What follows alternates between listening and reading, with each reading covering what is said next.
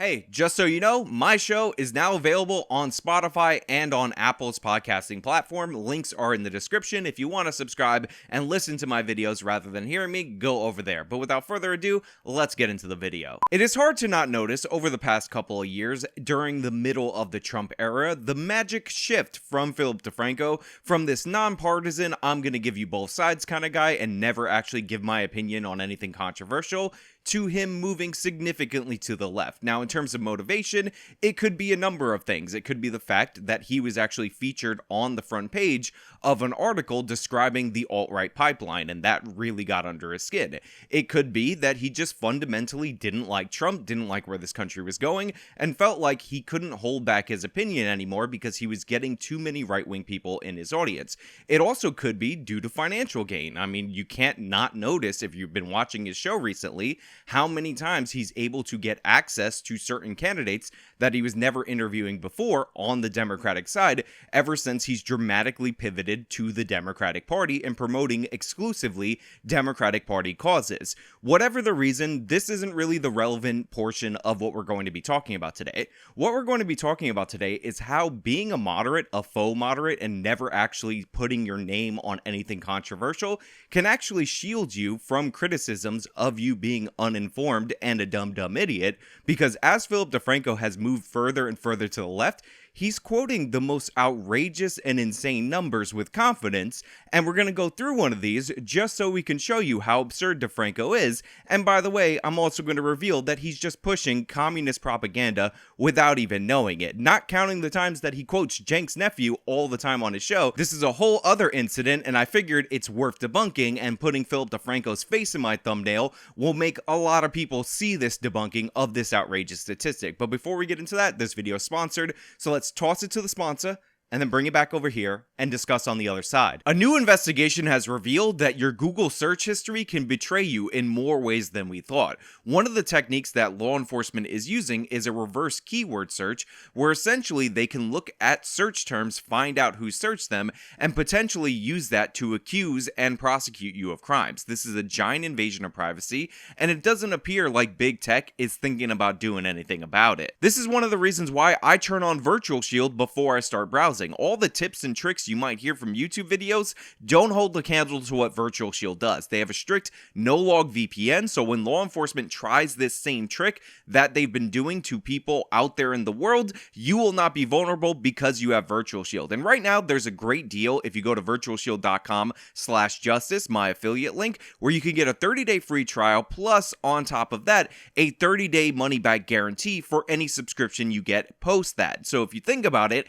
it's really a 60-day free trial. Pretty awesome, pretty amazing. Secure yourself. Go to virtualshield.com/justice in order to do so. So last week or last month or last year or 10 years ago, honestly, I don't really have a good conception of time, although I'm sure it's closer to last week, it was revealed that certain celebrities were using their private jets in a ridiculous amount, thus making them have a giant carbon footprint. So people got outraged at these celebrities, namely Taylor Swift, and a lot of people in conservative media made videos based on the fact that these celebrities, these environmentalist celebrities, were such hypocrites. And those videos have good value. Lauren Chen actually made one. I'm going to recommend it. You know what? I'm going to link it in the description because Lauren Chen is an excellent person, makes great content, and has definitely been a friend to this channel, but that's not what we're going to talk about today. What we're going to talk about today is Philip DeFranco's reaction to this, because during the course of him talking about this, he got into this weird statistical argument, which is not even true, and we're going to go over it,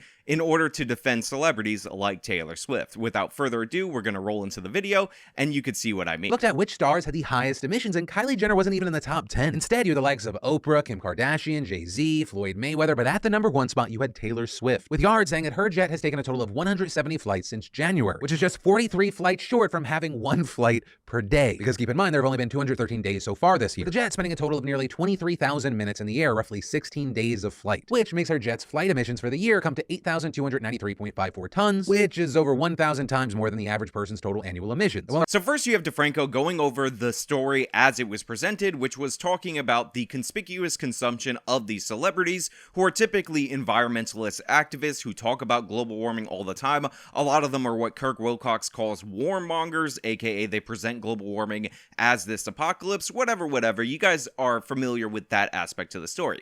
But then DeFranco pivots to this so-called study about who are the biggest polluters in terms of global warming, and it's totally 100% false and propaganda. Accountable. But at the same time, you had those defending her. The general gist being, this is kind of just a distraction. And saying the real climate blame is on major corporations responsible for the majority share of global emissions. So you can see right there what Philip DeFranco ended up putting up on screen as something to go after those attacking Taylor Swift was this idea that just 100 corporations are responsible for 71% of the carbon emissions in our atmosphere. And he says this comes from a study, and it just goes to show you all these people are trying to distract you with this individual's behavior or that individual's behavior, when in reality we need to go after these 100 corporations. And just to let you know that Philip DeFranco really doesn't know what he's talking about, we're gonna play a little bit more of him talking about these 100 corporations before I eviscerate this statistic. And with all this, personally, I'll say I'm a little bit torn. I mean, one, sometimes I loan out my jet is such a fantastic excuse. But with this story, I can't help but feel like we're kind of just using Taylor Swift as like a scapegoat. Like, are the carbon emissions from her jet and the jets of these other celebrities egregious? Yes. But personally, I'll always be more mad that there's always this focus on individual responsibility and stuff like that when 100 companies are responsible for 71% of carbon emissions. And understand, I think you can be mad about both. I feel like this is kind of an example of why I would rather be just rich rather than famous. Like, it's easy for everyone to be like, fuck Taylor Swift. But how many of those same people know the 100 companies that are responsible for 71% of carbon emissions? So DeFranco says this is why he would rather be rich than famous, because a lot of people are just targeting Taylor Swift when they're famous.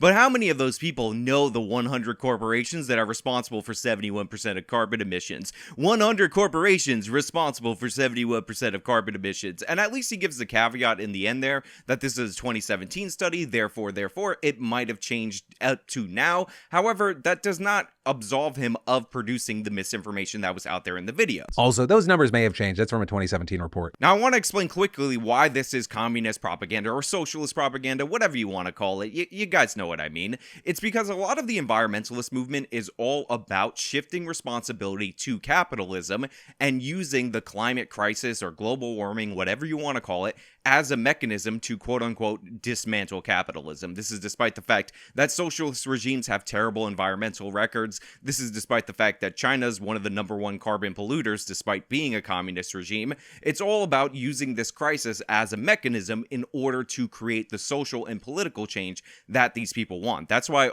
to a T, most of these groups and individuals are against nuclear power. Remember, if the problem is for our energy needs, we're producing too much carbon dioxide. Nuclear energy is an energy that works today and produces no carbon dioxide, but that's not what these people are all about. Also, nuclear energy is affordable. People who have nuclear power plants pay less for electricity. Look at France's nuclear program versus Germany's solar and wind program. France spent half as much, and guess what? Their electricity bills are the lowest in Europe, and Germany, by contrast, invested heavily in solar and wind. And when I say invested, I mean the government wasted a bunch of money on solar and wind, and they pay significantly more for energy because France bet on something that worked and Germany didn't. And by the way, France's carbon emissions significantly lower than Germany. Almost all of Germany's carbon gains in recent years have been wiped out by them shutting down just 4 nuclear power plants. And by the way, their reductions in carbon dioxide were all achieved by shutting down Soviet-era coal-fired power plants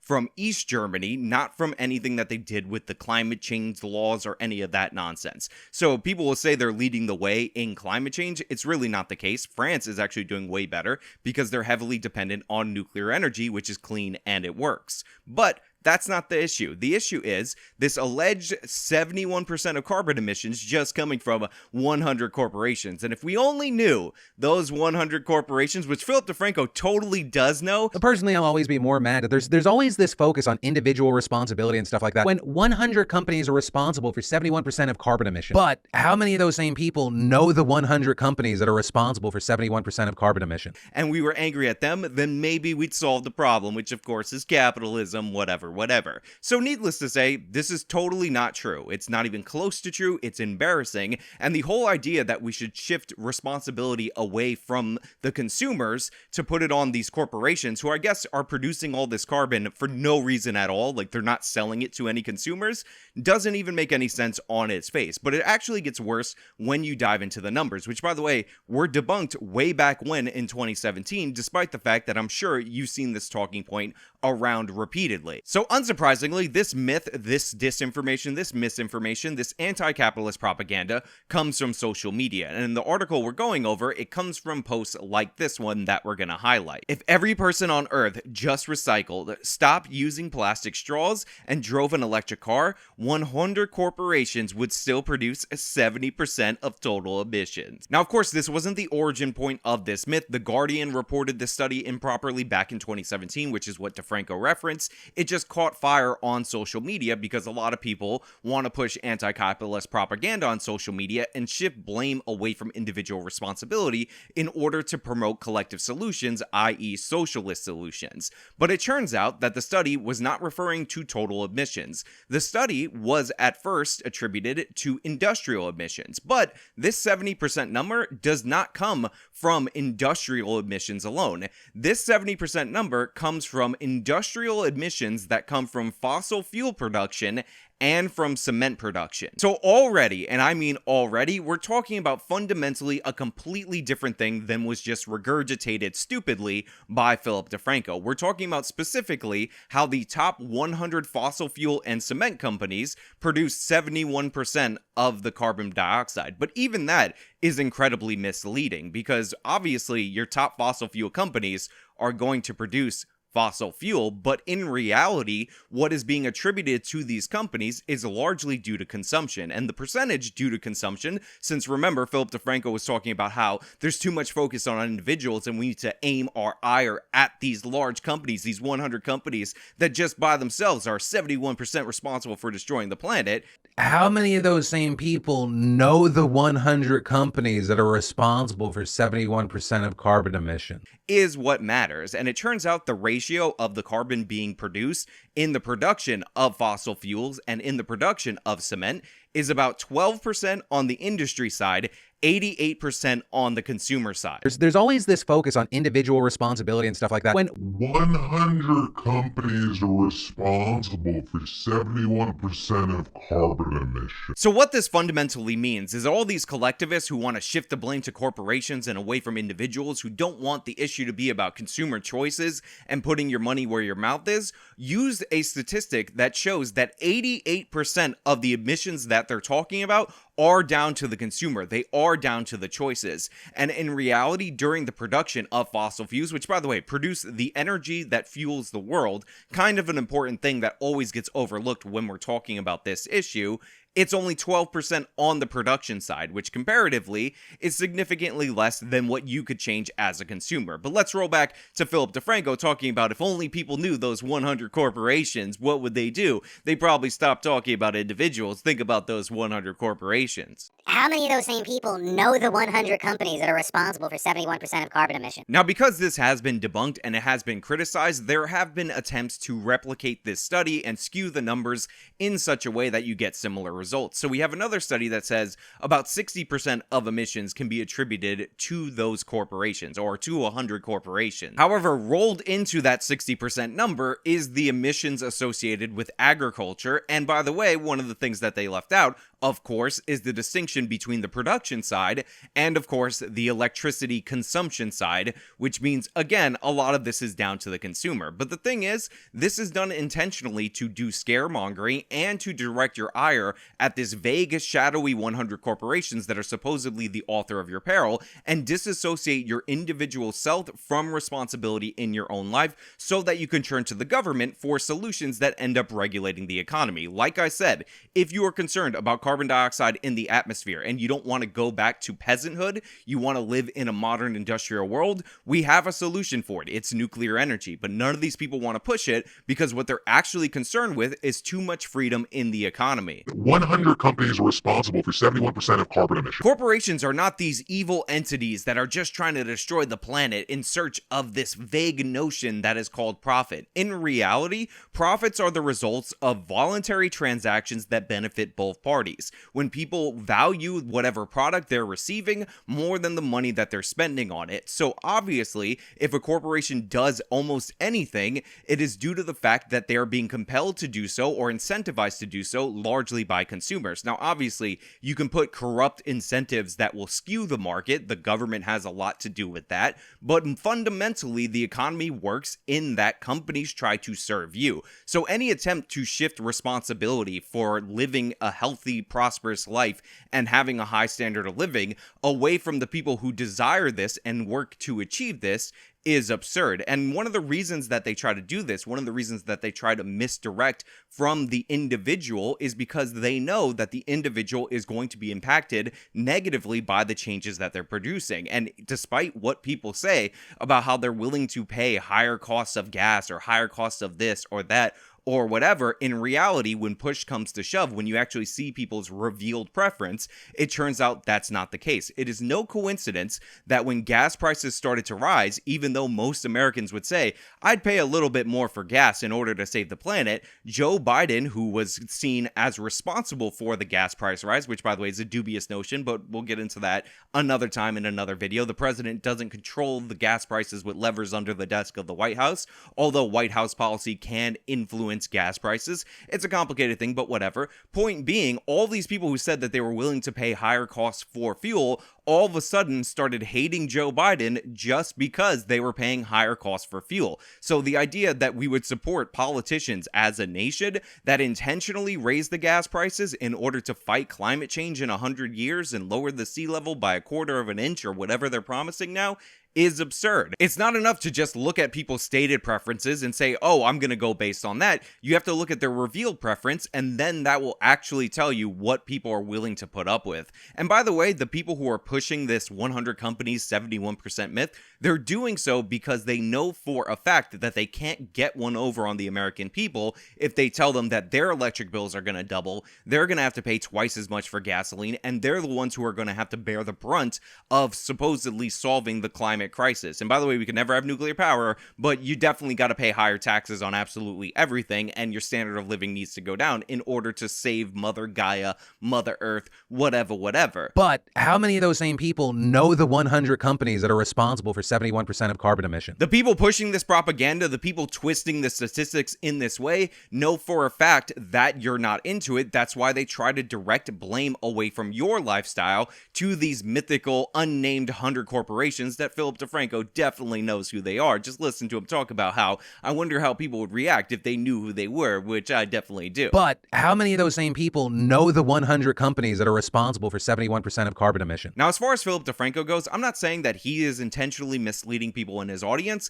I just think that he's incredibly uninformed, and a lot of that uninformed nature was able to be hidden from the public when he was playing both sides and never actually signing his name to a controversial opinion. And now that he's revealed himself to be the left-winger that a lot of people suspected him of being, it's pretty funny to watch him fall on his face repeatedly advocating for policies based on garbage statistics, because now he doesn't even have the chance to play a moderate, so he can't even research the other side or be bothered to research the other side of the issue. And by the way, this is something that anybody who actually takes a position becomes vulnerable to, and this is why on this channel, when I see a statistic that I think is a slam dunk for one of my arguments, I spend 5 times as long checking that statistic, because I know this could just be confirmation bias ruling the day. Philip DeFranco hasn't learned that. He doesn't think about that because he is Dunning-Krugering his way all the way to the left and being rewarded by the mainstream and by politicians granting him access for it. But hey, those are just my thoughts. Let me know your thoughts down in the comments below. Did you buy into the 100 corporations responsible for 71% of emissions lie? Are you somebody who has been disappointed by Philip DeFranco's public pivot to the left, or did you always know that he was a shiesty individual? All the thoughts in the comments below. If you like the video, show me by leaving a like, subscribe for more content, follow me on all my social media, support me via the support links in the description box of this video. This has been me talking about DeFranco lying. Till next time.